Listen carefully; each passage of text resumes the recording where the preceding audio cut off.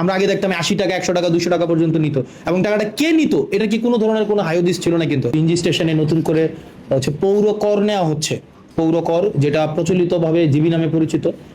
তো এটা টেন্ডার হয়েছে কিছুদিন আগে। তো ওই বিষয়ে আমি অবগত ছিলাম না, কর নেওয়ার বিষয়টা গতকাল থেকেই যে নেওয়া হবে। আমার কাছে যখন পরামর্শ চাওয়া হয়েছে, আমি জিজ্ঞেস বলেছি যে এটা সমন্বয় করে আগে এটা সকল সিএনজি স্টেশনের যারা আছে চালক এবং স্টেক হোল্ডার যারা আছে, যাত্রী, চালক এবং হচ্ছে এই জায়গাটা, যারা এই জায়গাটা হচ্ছে আপনার বিএডিসির জায়গা, যাদেরকে আমাদের প্রত্যেক বছর 4,40,000 টাকা করে ভাড়া দিতে হয়, সকল স্টেক হোল্ডারের সাথে বসে ভাড়া নির্ধারণ আগে করতে হবে, এবং এটা আগে নিশ্চিত করতে হবে যে তাদের থেকে মান্থলি কোনোভাবে নেওয়া হবে না। তাদের থেকে এই যে এক স্টেশন থেকে এক প্ল্যাটফর্ম থেকে আরেক স্টেশনে গেলে আবার যে নতুন করে জিবি নেওয়া হয়, এটা নেওয়া হবে না।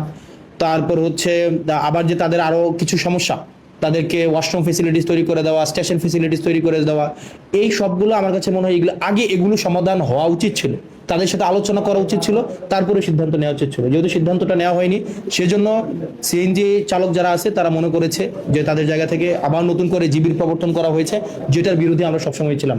কারণ সরকার ছাড়া, ট্যাক্স ছাড়া, সরকারের কর ছাড়া অন্য কোনো ব্যাখাতে কোনোভাবে টাকা বা অর্থ যাওয়ার কোনো সুযোগ নেই।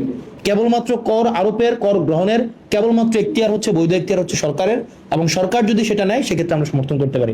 এর বাইরে কোনো ধরনের আলোচনা ছাড়া, কোনো ধরনের সমন্বয় ছাড়া কোনো ধরনের সিদ্ধান্ত, সেই সিদ্ধান্ত এটা সিএনজি চালকরাও মানবেন না, এটা যাত্রীদেরকেও এটা হয়রানি করবে। যাত্রীদেরও ক্ষোভ আছে, যাত্রীরাও চায় যে তাদের ভাড়াটা সমন্বয় করা হোক, রাতের বেলা তাদেরকে হয়রানি করা হয়, 50 টাকার ভাড়া 100 টাকা নেওয়া হয়। এই কারণে সকল স্টেক হোল্ডারদের সাথে মিলে সিদ্ধান্ত নিতে হবে, নিয়ে সেটা বাস্তবায়ন করতে হবে। না হয় এই ধরনের জিবি বা এই ধরনের কোনো কার্যক্রম আসলে এটাকে কোনোভাবেই গ্রহণযোগ্য হবে না। একটা জিনিস বুঝতে হবে, এটা কাস্টম, একটা রিচুয়াল নতুন করে আবার প্রবর্তন করার জন্য আপনি এখানে সকল স্টেক হোল্ডারদের সাথে আপনাকে, যেমন আজকে আমি কিন্তু বলেছি অংশীজনদের সাথে আলোচনা ছাড়া, আপনাকে এখানে অনেক অংশীজন আছে, এখানে সিএনজি চালক একটা অংশীজন, যাত্রী একটা অংশীজন, বিএডিসির কর্তৃপক্ষ একটা অংশীজন, পৌর প্রশাসকের যেহেতু এটা দায়িত্ব, এটা মূলত দায়িত্ব হচ্ছে এটা পৌরসভার যেহেতু মেয়র নেই, সেক্ষেত্রে এখন পৌরসভার যিনি হচ্ছেন বর্তমানে হচ্ছেন এসিলেন্ট আছেন, উনি হচ্ছেন প্রশাসকের দায়িত্ব পালন করছেন।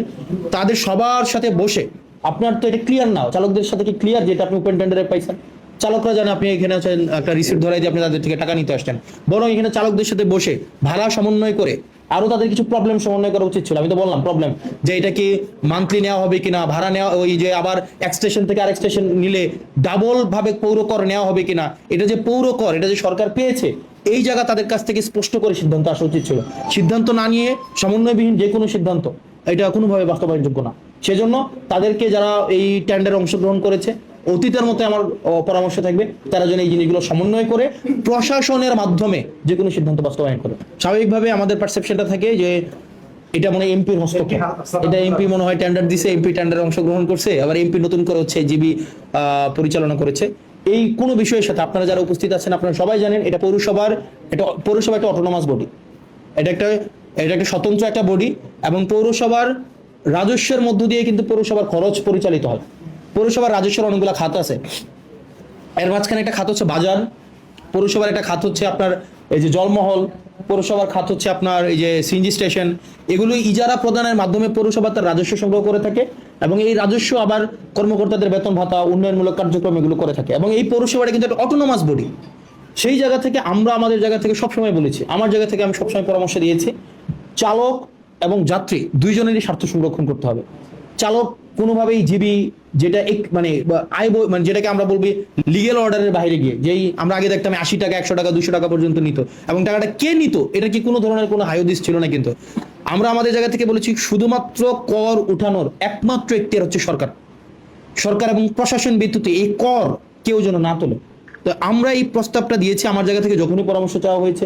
যেহেতু এই পরামর্শের বাস্তবায়ন ঘটেনি, সেজন্য মানুষ মনে করেছে হয়তো এটা আমি আবার শুরু করেছি। তো খুব স্বাভাবিক, যেহেতু আমি এখানে দায়িত্বে আছি, এমপি হিসাবে, সংসদ সদস্য হিসেবে দায়িত্বে আছে, মানুষের এই ভুল, সিএনজি চালকদের এই ভুল বোঝাটা স্বাভাবিক। তো সেই জন্য আমি বন্ধ করে দিয়েছি, যেহেতু এটা সমন্বয় হয় নাই। আগে সমন্বয় হবে, স্টেক হোল্ডারদের তাদের স্বার্থ সংরক্ষণ হবে, স্বার্থ সংরক্ষণ করার পরে প্রশাসন সংশ্লিষ্ট হয়ে যে কোনো সিদ্ধান্ত নেবে। প্রশাসন সংশ্লিষ্ট হওয়া ছাড়া, আমাদেরকে সংশ্লিষ্ট করা ছাড়া, সিএনজি চালকদের স্বার্থ সংরক্ষণ ছাড়া, যাত্রীদের স্বার্থ সংরক্ষণ ছাড়া, ভাড়ার চার্ট নির্ধারণ ছাড়া, ইজারা যারা পেয়েছে ইজারাদারদের পরিচয় উন্মুক্ত করা ছাড়া প্রশাসনের সংযুক্ত ছাড়া এই সিদ্ধান্ত কোনোভাবে বাস্তবায়ন হবে না। প্রথমবারের মতো প্রবাসীর সিটিতে শুরু হলো কমার্শিয়াল শপ বরাদ্দ। আপনার ব্যবসাকে দিন একটি আধুনিক ও সম্ভাবনাময় ঠিকানা। একই সঙ্গে নিশ্চিত করুন ভবিষ্যতে লাভজনক বিনিয়োগ।